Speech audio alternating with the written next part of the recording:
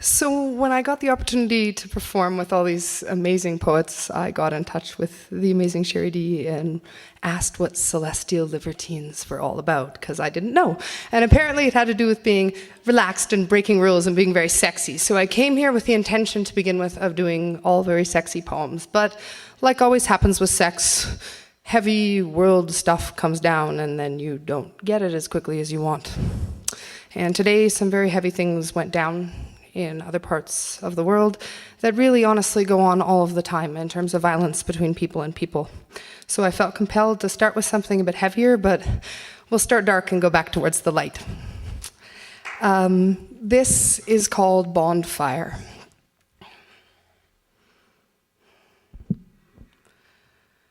Despite this latest school shooting or street bombing, watched with Wi-Fi, why fight tearful apathy, the children have probably forgiven you.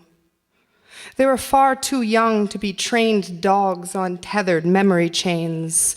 They puppy roamed the playground in primary packs, but they barked more like thin-skinned, trembling trees when he chopped their roots from underneath, preparing kindergarten kindling for forest roofs already ablaze. He gave no shots in the dark. The lights were on, but no one was home. No one ever is anymore. See, it's community bonfire time. In the square jaw center of town, dig your fingers behind your social face. Rip off your chewed nail, frown your cheeks damp in dry season. We should not be able to see them.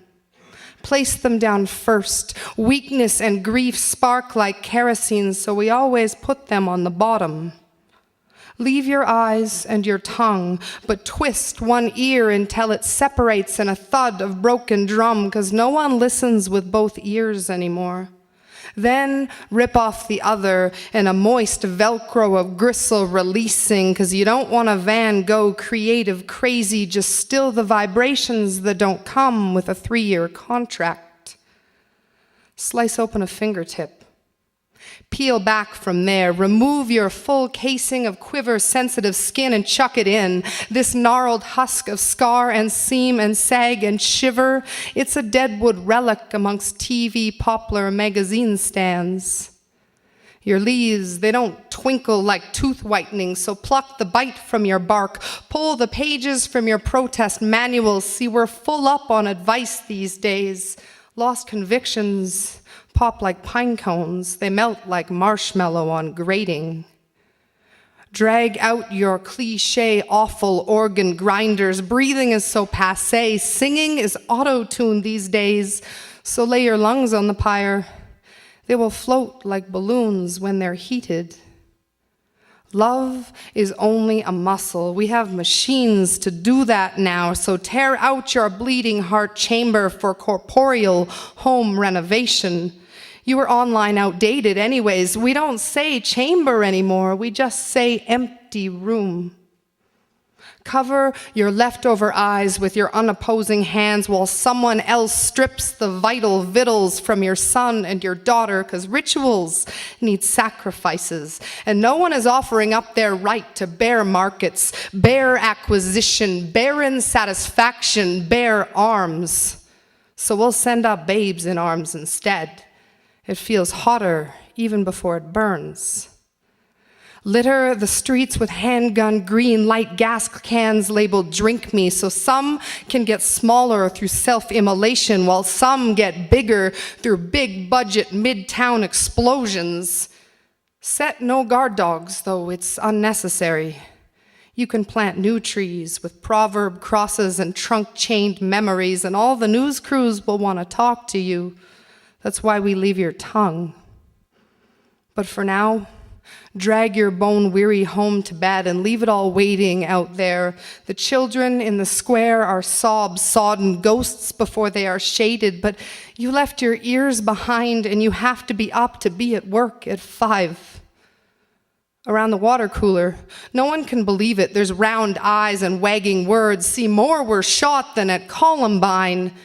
Everyone steps out of their box to discuss the death count, because carnage is a good excuse to break the tedium with a 2-hour lunch break. But you are root down in your treeless cubicle, wondering if the children have forgiven you.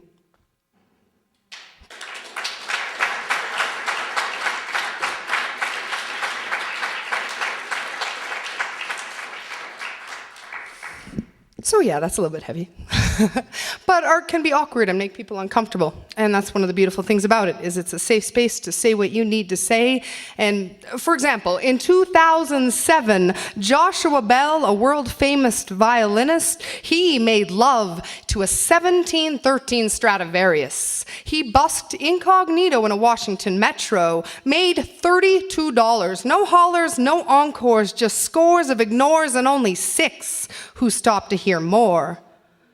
Now, if we only find art when it suits our schedules, are we focused or are we fools? Is art appreciation a luxury or a vital social tool? See, it's currently cool to claim to be above a recognition and visible reaction, but see, these validations are poet, painter, safe houses. Art appreciation shelters unborn art by embracing the artist. But that's only the start. When a wall is hung with a swirling abstract weep of blue and green, with a ball-capped boy breaking fragment heart and sowing phrase seed, with a cheekbone scimitar strumming a dented guitar and a minor key metaphor, see, whatever leaves this stage floor, it becomes yours. As I speak here, my words vanish for a moment behind your blinds, then your minds pull my rabbit back from your hat, but that rabbit, it doesn't look quite like what I drafted. See, it could be something else entirely, like a dragon or an armadillo. It is uniquely crafted by the space between my presentation and your interpretation, the art you make from my art. And now, if you return and you tell me what you see and what I see that I didn't see until you pointed it out to me, well, that might make art times 3, because then I'm definitely going to make more art. And maybe you will too, or talk to someone else and send the art on through until we become a beaming, dreaming, artistic pyramid scheme, selling Tupperware to save inspiration as drivetrains, notebooks, rising bread, wired parts, whatever you make with passion, that might be art. So thank you for making art with me. Tell 10 friends, you'll get more for free.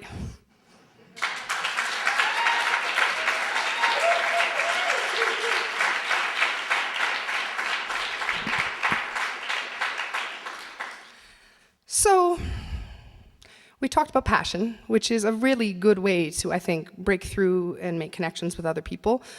Another way that a lot of people use to break through and make connections is sex.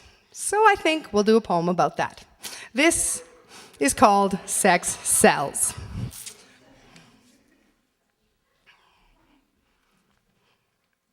Sex sells. So I hear. Sex sells cars and beer. It sells fear, online careers and movie illusions, confusion, because sex sells euphemisms, innuendos, double P entendres, and, well, sex does sell trouble, a drunken night and white-lip morning, your place or mine, it's fine, I promise I'm clean.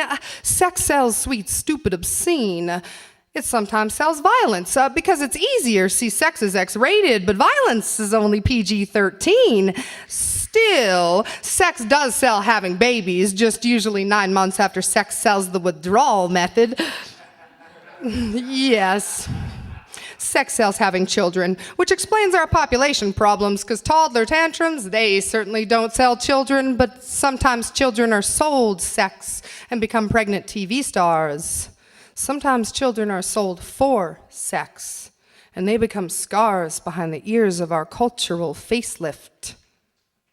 Because sex sells surgery. See, scalpels are sexy, so are tummy tucks and lobotomies. And sex sells gas fires, house fires where the cars are running, head in the oven, pumping and shoving, basting the turkey while the chicken's away on business. Sex sells barnyard carnage. It always sells skin, unless it's selling latex or paddles or buckles, but it rarely sells chuckles and giggles. See, sex takes itself too seriously, so it sells positions, roles, holds, posture. Sex is a club and a box.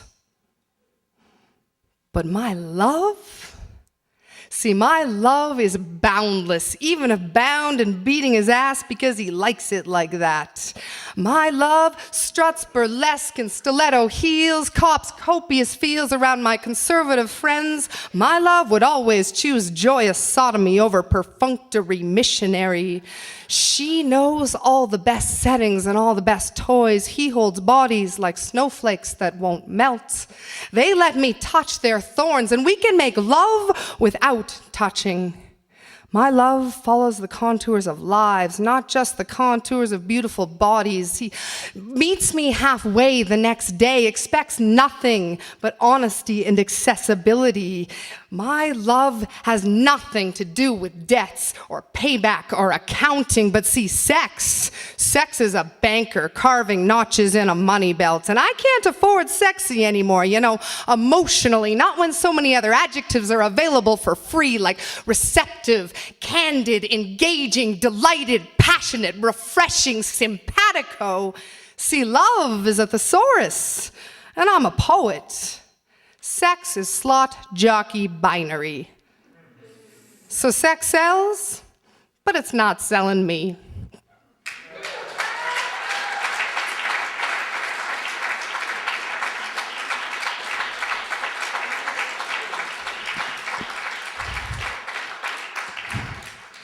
All right, I have one more for the road, and it's short, tiny, but to me, more important than passion or sex or anything else in terms of battling the beasts that will drag you down is gratitude.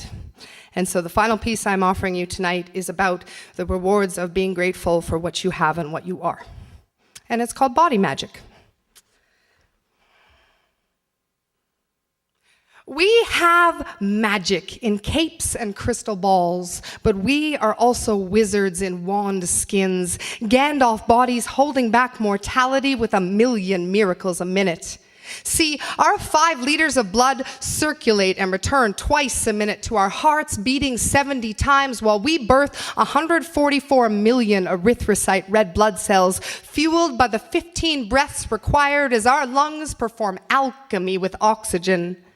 Our nails grow 2 times 10 to the minus 5 centimeters a minute. That's the same pace as the continents. See, we are clad in incremental magics, 1 billion split-second body corrections for self-abuse by beer, fries, parabens, phthalates, benzene, formaldehyde, and even when it's broken, our vessel reroutes, rewrites, reconfigures with countless savior sorceries. There are no bigger love spells planted. Don't take a minute for granted. Thank you.